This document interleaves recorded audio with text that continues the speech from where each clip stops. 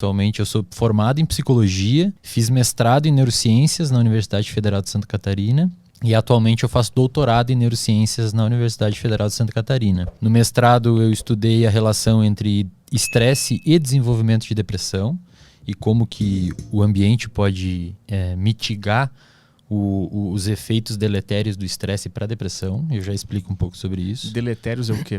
Tem que entender que o meu nível é muito baixo. Vamos lá. Hoje, a gente sabe do ponto de vista neurocientífico, ou seja, como que o nosso cérebro funciona quando a pessoa está em um episódio de depressão. Tá? E a gente sabe também como que o cérebro de uma pessoa estressada funciona. E hoje a gente descobriu, isso já é muito bem caracterizado na literatura científica, nos artigos científicos, em revistas científicas, que uma pessoa com depressão, ela tem o organismo dela e o cérebro dela reage de forma quimicamente muito semelhante a uma pessoa que está em estresse crônico, ou seja, uma pessoa, não é aquele estresse que você surta, mas é sempre uma preocupação, é sempre uma reatividade emocional às situações do dia a dia, então você fica muito explosivo às vezes, ou você fica muito incomodado com coisas que antes você não ficava.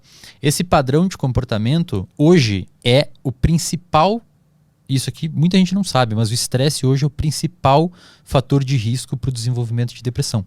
Porque ele fica vindo tipo em doses pequenininhas? Exatamente. Não tão pequenas, porque em doses pequenas ele é protetor. Foi o que eu vi no meu mestrado. O que eu fiz? Eu induzi estresse em laboratório e esses organismos, eu trabalho com modelo animal, esses organismos desenvolvem depressão ou alguma coisa muito parecida com depressão, porque eles não falam, então não tem como a gente saber se é realmente depressão. Mas são ratos? São ratos, modelos animais. Só para deixar claro, a gente passa por todo um comitê de ética em uso animal, é tudo bem regulamentado lá pela federal. A gente vê que esses animais desenvolvem um fenótipo de depressão, ou seja, um comportamento tipo depressivo. E quando você vê o cérebro desses animais é muito parecido com o que acontece em cérebro de pessoas com depressão. Então existe uma translação muito bacana, é muito parecido realmente. Então a gente vê primeiro que o estresse leva os animais, o estresse crônico leva os animais a desenvolver depressão. E eu mostrei, outros pesquisadores já mostraram, eu também repliquei esses dados no meu mestrado, que se você submeter esses animais estressados ao enriquecimento ambiental, o que é isso? Você oferecer exercício físico para esse animal, você colocar Lego, caixinhas para eles fazerem casinhas, um ambiente um pouco mais enriquecido em estímulos, esse enriquecimento ambiental previne o desenvolvimento de depressão nesses animais. E aí você me pergunta, mas como que previne? O que acontece? É por várias vias. Mas o principal ponto que os pesquisadores argumentam é que quando você oferece um ambiente um pouco mais complexo para um organismo viver, e agora vamos pensar em humanos, tá? Quando você oferece um ambiente um pouco mais complexo para os organismos viverem, eles têm que se adaptar àquele ambiente. O nosso sistema nervoso central ele é basicamente um órgão, o nosso cérebro, junto com a nossa medula, é basicamente um conjunto de regiões que permitem com que a gente receba estímulos, codifique esses estímulos e emita um comportamento frente a esses estímulos. Então, por exemplo, quando você está fazendo uma piada, você é humorista, quando você está fazendo uma piada no stand-up, você está praticando aquilo e você está recebendo de volta um feedback se está funcionando ou não. Se está funcionando, você pode começar a investir mais naquele trajeto da sua piada, porque a galera está te dando feedback positivo. Quando você está tocando violão, você erra uma nota, o seu ouvido escuta isso, interpreta, codifica e você ajusta o controle motor da sua mão para tentar fazer uma nota certa. Tá?